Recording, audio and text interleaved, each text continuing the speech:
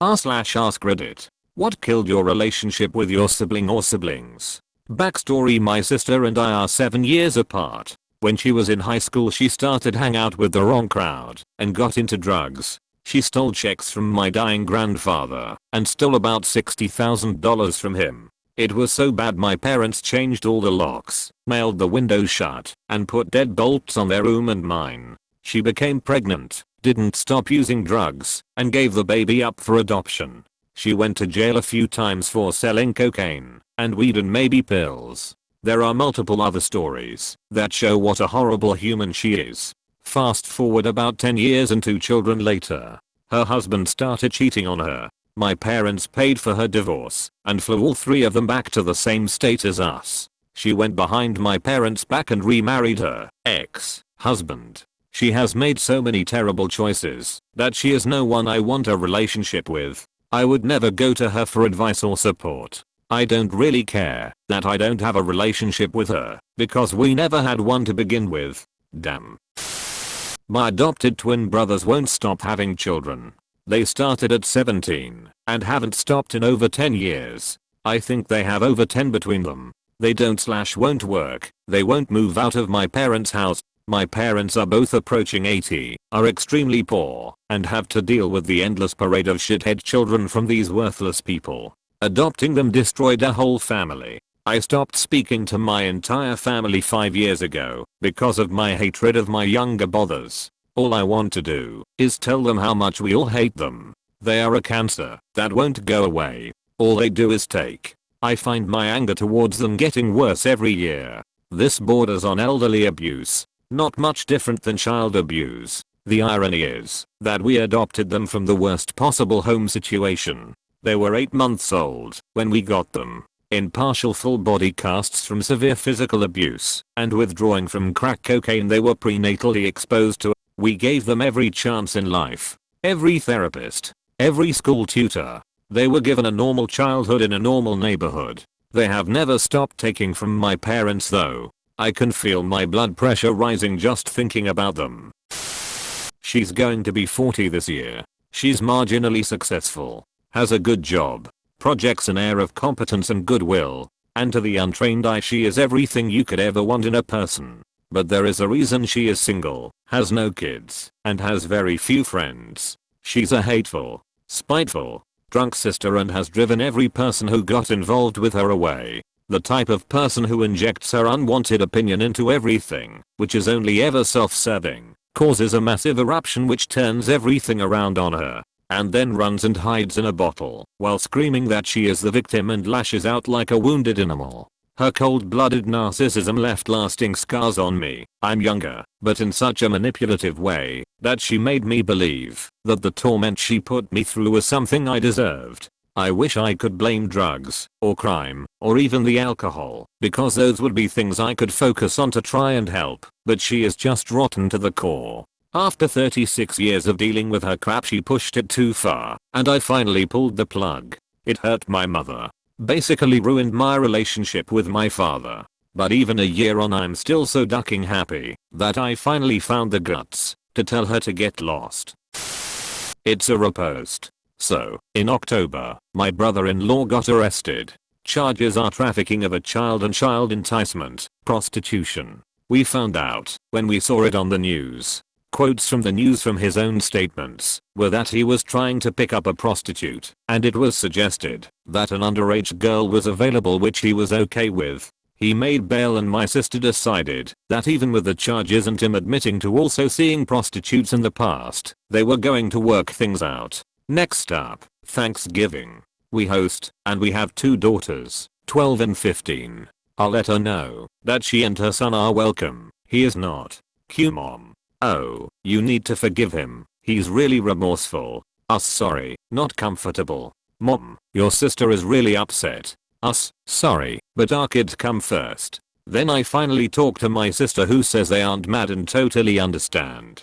Okay, cool. Mom is just overreacting. She also said that the charges aren't what really happened he said, and the quotes aren't accurate, and he's totally innocent, because he said so. Okay. Next up, Christmas. They host. We politely decline.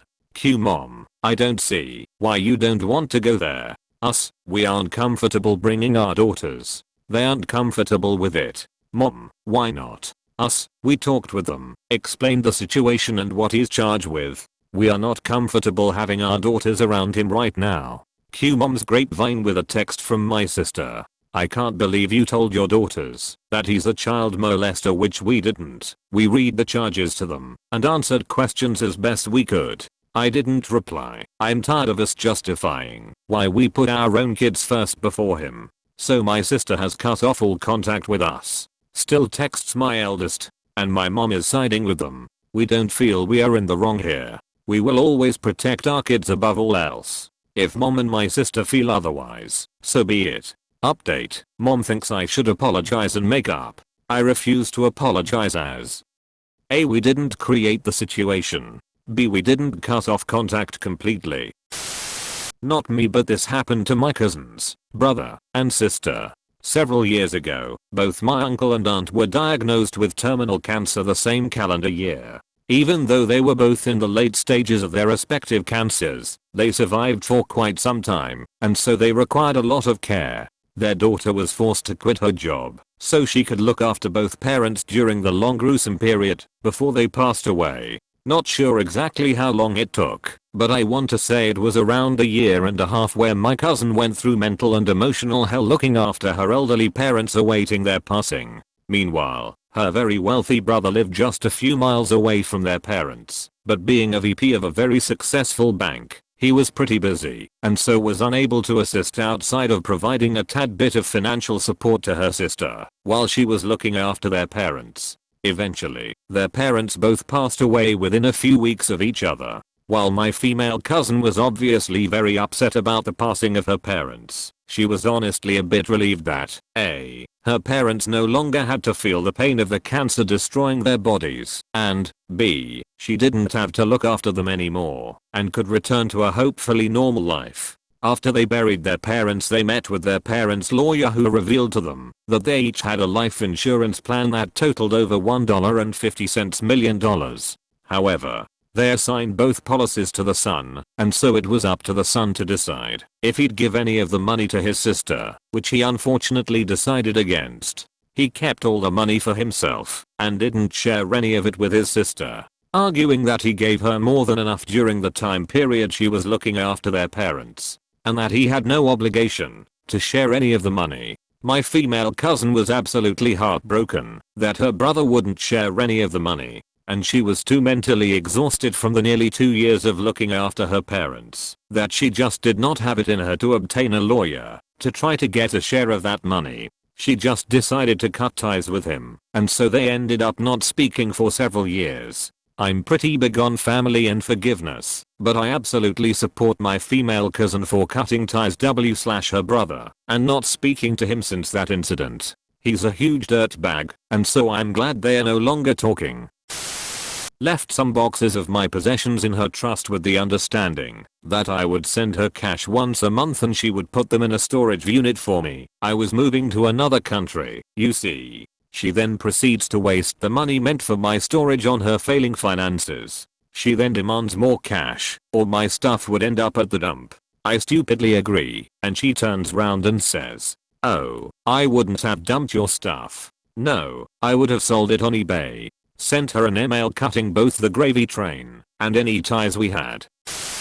My older sister moved to New York City when she graduated high school. My family was always left-leaning growing up, but mostly because of my dad's government job. I'm indifferent when it comes to politics, and mostly because I don't pay enough attention, so I don't want to argue a point misinformed. Anyways, I joined the army after a failed attempt at college because I was running out of options. I deployed 2010 to 2011 to Afghanistan and was in a particular dangerous area most of my deployment, so when I came home for R&R in the middle of my deployment, my dad was going to fly my sister down to visit and have the family together in case anything happened. My older sister absolutely refused to come down to visit her younger brother, the baby killer. She assumed because I was in the military I'm some super right-winged gun nut, whatever other stereotype exists. Well, that sort of created some bad blood between us. Despite my efforts to never talk politics or really anything that might give her any ammunition to hate me, she avoids me like the plague. Last time she came in town she purposely kept referring to my girlfriend that I've had for 2 years by my ex-wife's name. Now it's kind of turned into a joke in my family because of how irrational she acts towards me despite the fact that I very obviously do everything I can to try and keep some sort of relationship with her. TL, me and my older sister no longer talk because any opinion that is not the same as her, she has the maturity of a child. Maybe one day she will see sense. They borrowed close to $25,000 and refused to repay me because all I do is sit on my ass and collect checks. I'm a disabled veteran. Sue them. No receipts. It would my word against this. You gave them $25,000 in cash? Hi friend. My brother is older than me by about 5.5 years. When I was a baby, he apparently played with me all the time. When I got older, he wanted nothing to do with me. What teenage boy would want to deal with their younger sister? So when I got to a teenager, I was like fine, ignore me, IDC anymore, but of course, he now wanted his little C's. But you see, I wasn't exactly up to his standard. It seemed like every chance he got, he liked to call me stupid. And not just in the siblings being siblings way. From adult conversations with him, he has it in his head that our mom pushed him to get A's while I was allowed to get B's. What he doesn't seem to understand is that he has an ear photographic memory and him not trying hard got him A's, whereas me working my ass off, I was lucky to get a B in some classes. School was incredibly hard for me, whereas he skipped a grade, but he doesn't see that. I just had it easier. He later tells me that he was just being hard on me because nobody else would. Total crap. Then he insulted everything I enjoyed. Why do you like X? X is for kids, grow up, etc. He's put down anything that I thought was fun. He'd mess on my few hobbies. Tell me to get out of my virtual world. There's a lot of things I wanted to try as a kid, but my mom being a single mom could only do so much, and my brother, of course, signed up for everything and asked permission later. So guess who was dragged around to everything of his? So I had to find things to do on my own while he went and had fun. And then he insulted my looks. I still consider myself a tomboy. I've always been comfort over fashion. I'm not a slob though. I hate dresses and skirts. I hate the idea of a purse, and I have a very unisex bag. Now that is 100% function. But no, he always yelled at my mom that she was letting me stunt my growth, that she should be forcing me to wear more girly clothes and wear makeup, etc. He wanted me to dress more like a typical girl duck, that I think it looks dumb, makes me feel dumb, and I didn't want to do it. I needed to do it, and my mom was just enabling me by not forcing me. He always came first. For example, my senior year of high school, I'm in a club for the second year, which is a huge deal for me, since I never did clubs, and I was doing a competition that I felt great about, and was about to head to the state competition. I had a shot at nationals. He was planning on getting married, and had 2 dates he was thinking about. My birthday weekend or the week after, the weekend of nationals. I give zero care about my birthday and really wanted to go to nationals. He said to my face that I wasn't going to make the cut and he planned the wedding for that weekend. I got first in state, and he made sure to say as much as he could to make me feel guilty if I decided to go to nationals instead of his wedding. And this competition was directly related to my future major. This is just the biggie that has stuck with me over the years. But basically, if there's anything you want to plan, his plans will always be more important and duck you for thinking otherwise. But he never sees that. When I got a great internship offer, he almost immediately started trying to put it down, like it wasn't that great. His wife shut him up. I'm a naturally shy person, and don't like doing much that pushes me into the spotlight. But I should be able to share with my family, right? But after years of verbal abuse from my brother, I don't like telling him anything. I bring my first BF home for Thanksgiving, which at 23 years old, is still a very odd concept to me. He gets beyond annoyed, because I didn't tell him. He then starts bringing up every little thing that I have done wrong, and that my mom has done wrong. He feels insulted, and wants nothing more than to just storm off and drive home. His wife made him stay, but so much for a happy Thanksgiving. I try and explain why I didn't tell him, but nope. Won't see it from my point of view. We managed to get him to stay for dinner, but he's more or less said that he's never going over to my parents' house again. He eventually called up my mom and said he would like to try and work on a relationship with her, but he might never talk to me again. Fine. Okay, do that. I'm kinda sad, but like he did duck all for me anyway. He died.